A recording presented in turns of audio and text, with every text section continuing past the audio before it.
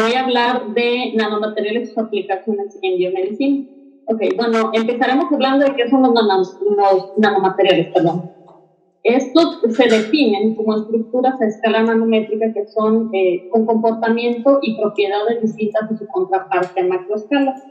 Aquí en la imagen derecha podemos observar una escala comparativa de qué es lo que nos estamos refiriendo. Por ejemplo, la comparación más común que tenemos es con el cabello humano. Por ejemplo, aquí podemos ver en esta escala que el cabello humano tiene un grosor cerca de 100 micrómetros. Comparado con las nanopartículas, en el dado caso que fueran de 100 nanómetros, tenemos que son 1000 veces más pequeñas.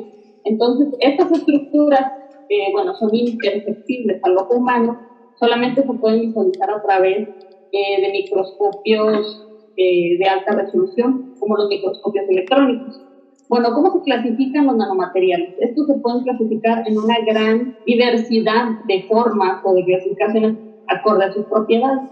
Principalmente se clasifican acorde a su naturaleza, los cuales pueden ser nanomateriales inorgánicos, compuestos principalmente de metales o de óxidos, nanomateriales orgánicos, que pueden formar micelas, liposomas, híbridos, partículas muy chiquitas, y un grupo aparte que son los nanomateriales compuestos a partir de carbono, como tenemos el grafeno, los fulerenos, los nanotubos de carbono. Pero también existe una clasificación alternativa, que son los compositos. Estos son materiales híbridos que pueden estar compuestos de nanomateriales inorgánicos y nanomateriales orgánicos, que dan otro tipo de propiedades de estos materiales. También se pueden clasificar acorde a sus dimensiones. Estos pueden ser cero dimensionales para esferas y clústeres, unidimensionales para nanofibras, nanocables y nanovarillas, así como bidimensionales para películas, placas y redes, y materiales tridimensionales.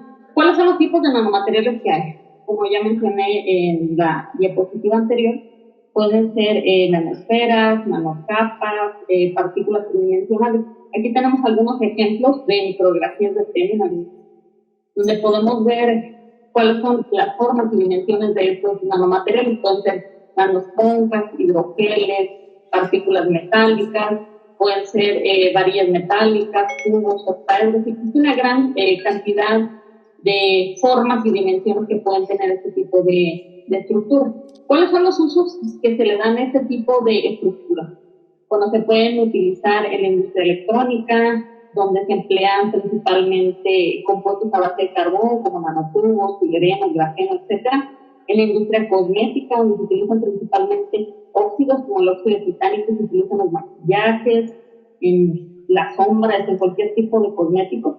En la industria catalítica, que también son principalmente compuestos metálicos y compuestos y óxidos. En la industria de la pintura, en la bioremediación del agua, para aplicaciones ambientales, para agroquímicos, que se utilizan mucho partículas de sílica o nanogeles para la liberación de algún fertilizante.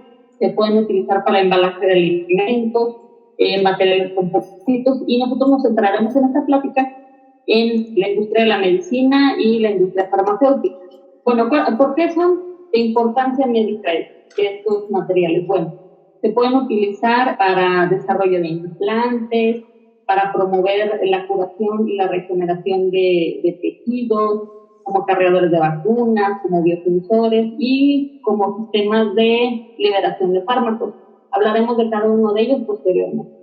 Bueno, ¿y cuáles son las características que deben de cumplir este tipo de materiales para ser utilizados en el área biomédica? Bueno, principalmente deben ser biocompatibles, biodegradables para algunas aplicaciones, por ejemplo, la liberación de fármacos y como cargadores de vacunas, que sean no tóxicos y que no sean cancerígenos. En el caso de los implantes médicos, ¿cómo se utilizan? Bueno, los principales materiales que se utilizan o que se han utilizado a lo largo de la historia en este tipo de aplicaciones son las aleaciones metálicas, posteriormente los materiales cerámicos, dando paso a las partículas metálicas como el titanio y la circonia, y posteriormente los polímeros.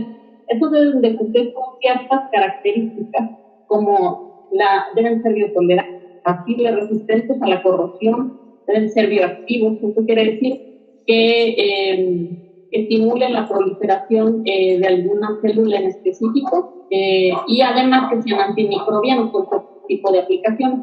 Requieren que tengan cierto tipo de características mecánicas en algunos de los casos, que sean dúctiles, que sean maleables, como en este caso de las aplicaciones dentales. En el área de investigación hacia los métodos para promover la curación de heridas o de tejidos humanos, tenemos principalmente el tipo de vesículas, que son a partir de hidrogeles o de esponja, que pueden ser cargadas por distintos fármacos o que pueden tener propiedades que ayuden a la regeneración.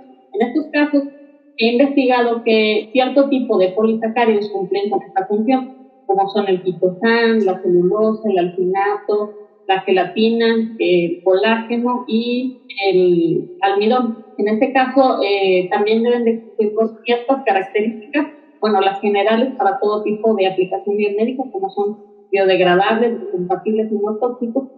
Además, deben de proporcionar soporte para el crecimiento y la regeneración de los tejidos.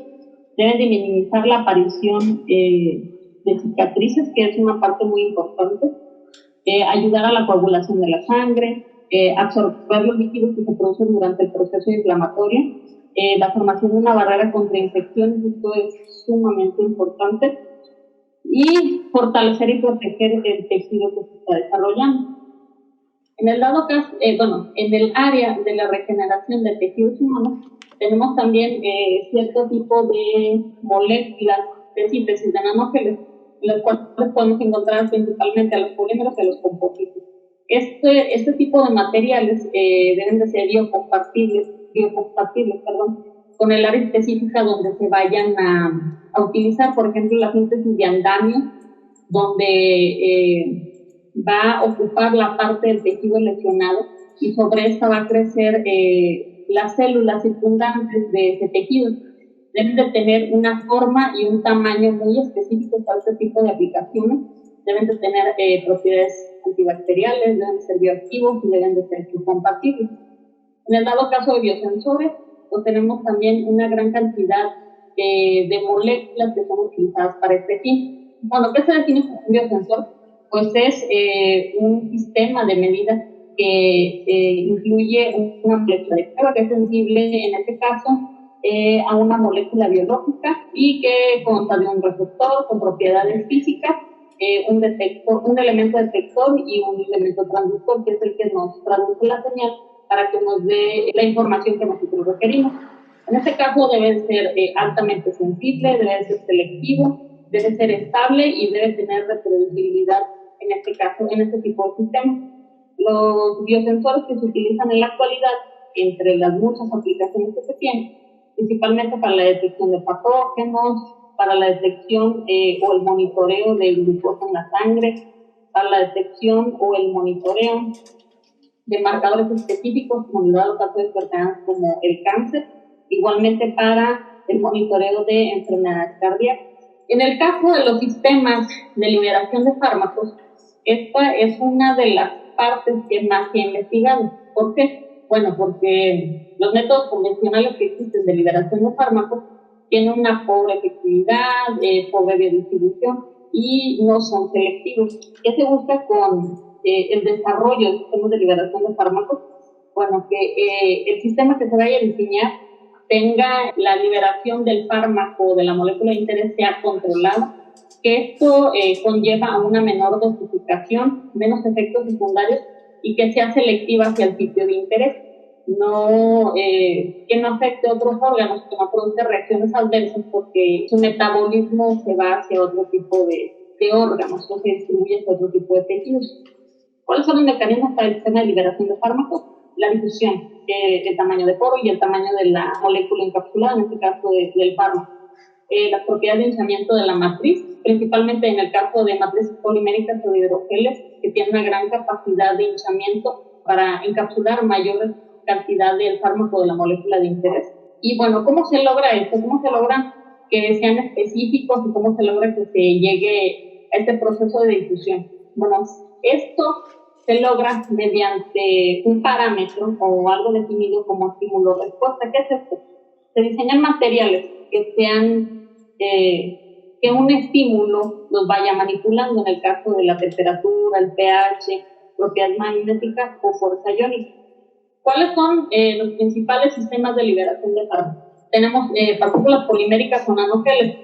¿Qué son los nanogeles? Bueno, son redes tridimensionales que abarcan una gran cantidad de líquido fluido en su interior, como ya había mencionado. Estos pueden ser a partir de polisacáridos, de proteínas, de lípidos o de aminoácidos. Recientemente se ha enfocado la investigación hacia los polisacáridos porque tienen una gran cantidad de propiedades que pueden ser explotadas para este fin.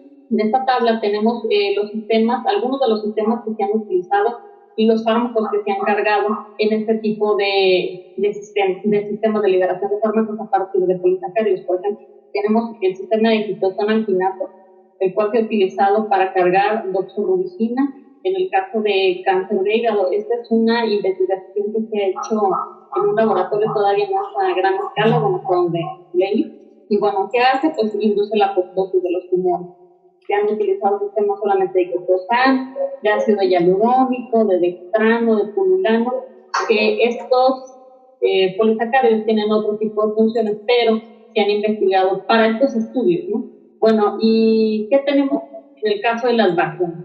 En las vacunas se pueden utilizar sistemas, bueno, regularmente se han utilizado este tipo de sistemas antes mencionados, que son a partir de hidrogeles o partículas poliméricas o partículas metálicas, como vehículos acarreadores del antígeno. Pero recientemente se ha empleado estos como adyuvantes. ¿Qué son los adyuvantes? Bueno, son moléculas que estimulan o sobreestimulan la respuesta del sistema inmune. ¿En qué se han utilizado? Bueno, se han utilizado en vacunas que son a partir de microorganismos inactivados o vacunas de subunidades o recombinantes. Ya que recordemos que las inactivadas, bueno, pues tienen al virus, como se dice, inactivado, y que tiene menor capacidad en caso de los microorganismos atenuados, que tienen toda en su superficie todos los antígenos que necesitamos para desarrollar la inmunidad contra el patógeno que se esté evaluando. Si queremos explotar esta propiedad, se ha investigado también polisacáridos o otro tipo de moléculas que estimulan este tipo de características.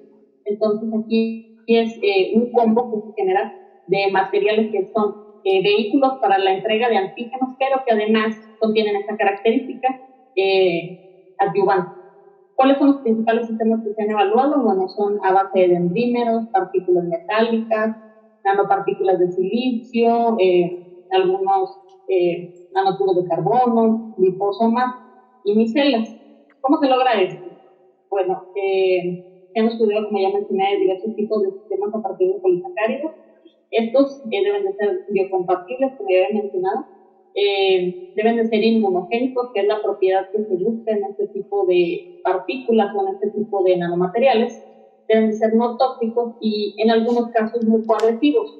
¿Por qué mucoadhesivos? Bueno, porque cierto tipo de investigaciones en las vacunas se centra en los sistemas de liberación orales o nasales. En este caso, se genera una inmunidad completa, pues porque se protegen las mucosas, que son las principales vías de entrada de los patógenos, y una inmunidad sistémica y mucosal, se denomina.